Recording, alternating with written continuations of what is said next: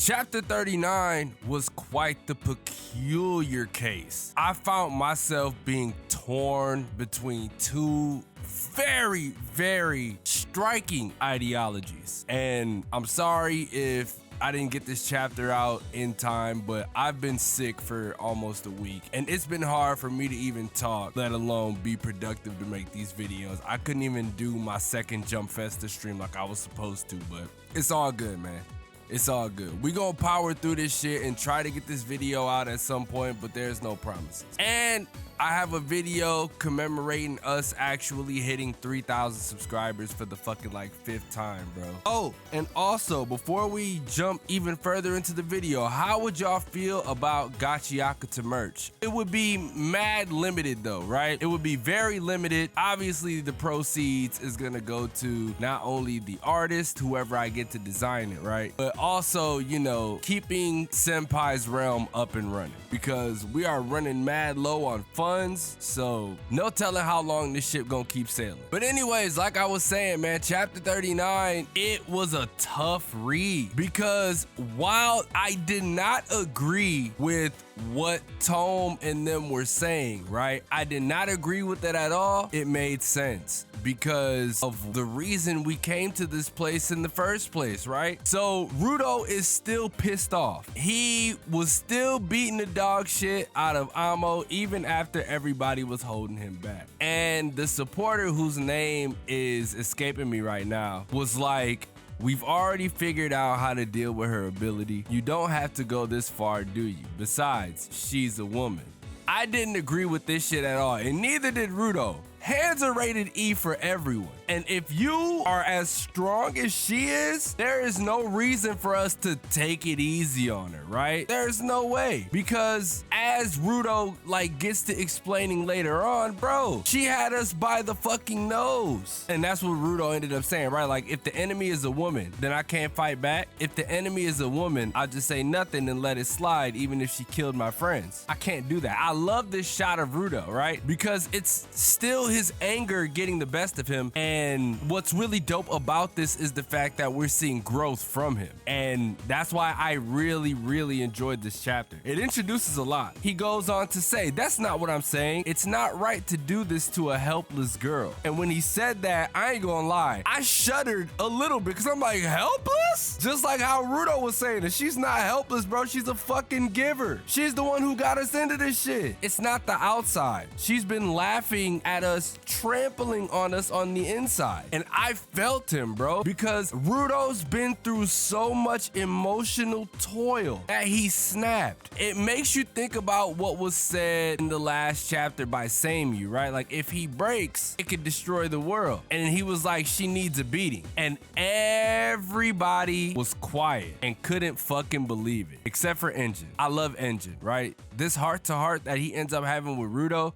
meant a lot to me because he's the only one who understands Rudo, right? He's the only one who does. He's thrusted into an environment that he's not familiar with. He has to learn about these powers that he just fucking figured out that he had. He's already almost fucking died by fighting Jabber, and now when there are people who are close to him and he's getting comfortable around, start to tell him that this is not the right way to do things, and you guys were almost just taken from him. Y'all don't sympathize with him. And that's why, like I said, I love Engine because he steps in and he says, then what about the information? And when I got here, I was like, I get it. And I love the title being called What Is Right? Because in this situation, what is right? Because Rudo doing what he did, while it is right, because she did deserve an ass whooping, you don't kill her. Because the whole reason we came here was for this. You know what I'm saying? We came here for the information. And Rudo finally starts to think.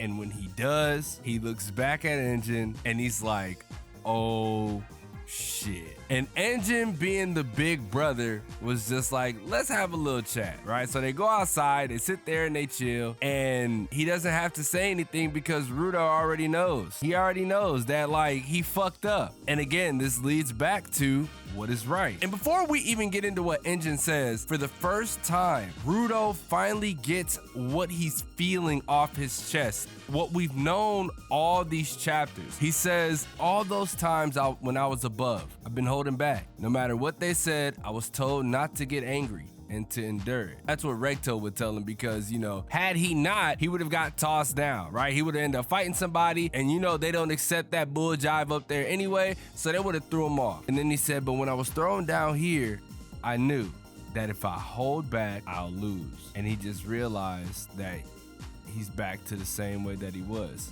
I love the explanation of his feelings because this is what's important when we're discussing jinkies, because it's what you feel that helps that, right? Like your feelings and your thoughts help form that. So being able to discuss this and being able to talk about it with somebody who at least understands him in a weird way, this is what I was talking about a million fucking chapters ago, right? It was the moving forward chapter. I don't remember which one this was, but I told you guys it's gonna be different for Rudo. I don't think by the time he gets back up there, he's going to be like this, you know, this rage-filled monster. He's gonna be more of a level-headed human being because of the people that he's surrounded himself with.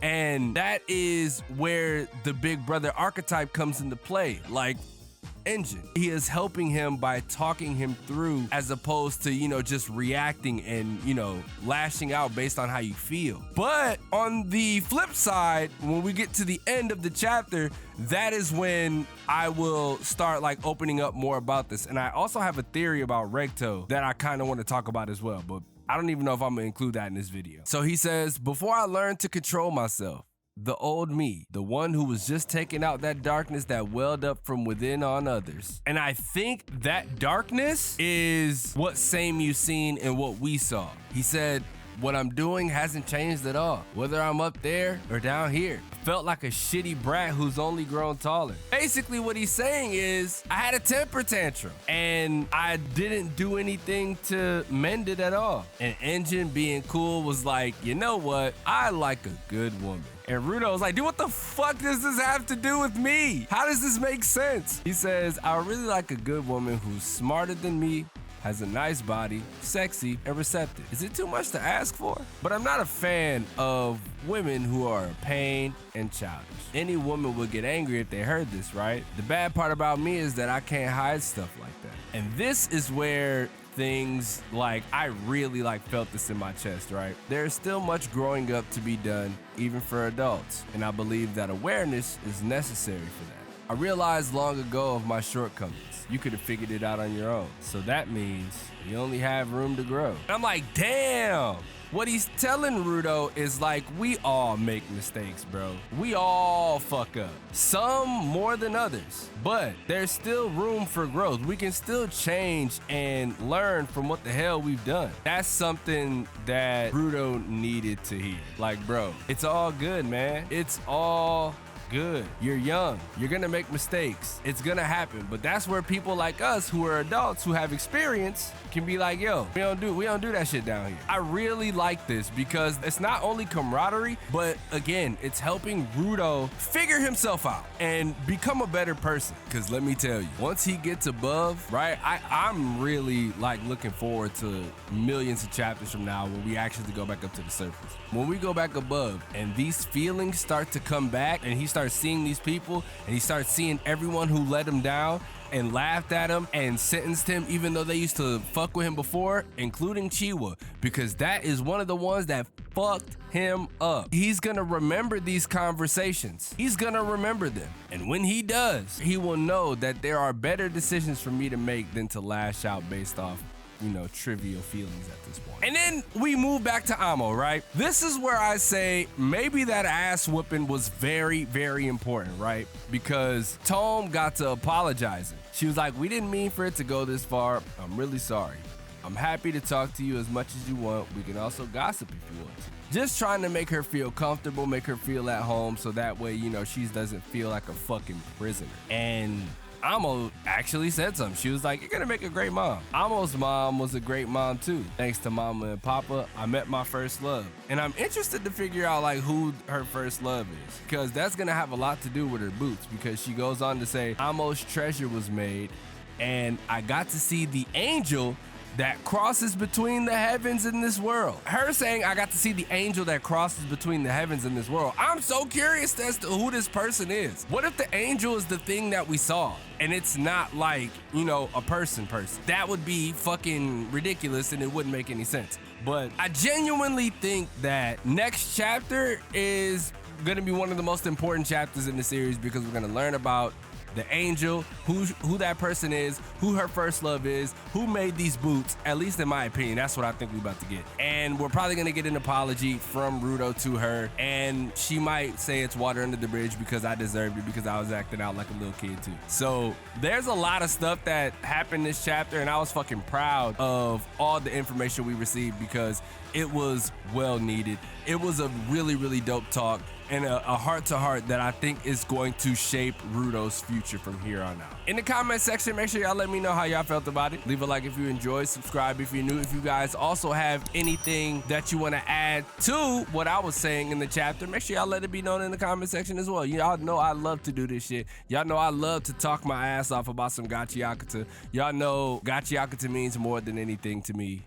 and to share this with y'all is a blessing. If y'all would like a limited run of some Gachiakuta merch, make sure y'all let me know in the comment section below. I'll reach out to an artist of mine, see if I can work out some deal, and we'll just go from there, you know what I'm saying? Thank you guys for helping me reach 3,000 subscribers for the 15th time. It really, really means a lot. And I can always tell there's like 1 or 2 people who come from every other channel from when I lose it. It's always like 1 or 2. And I thank y'all for sticking around and fucking with your boy. With that being said, it's your boy, xDomoSenpaix, and I will catch you guys in the next video.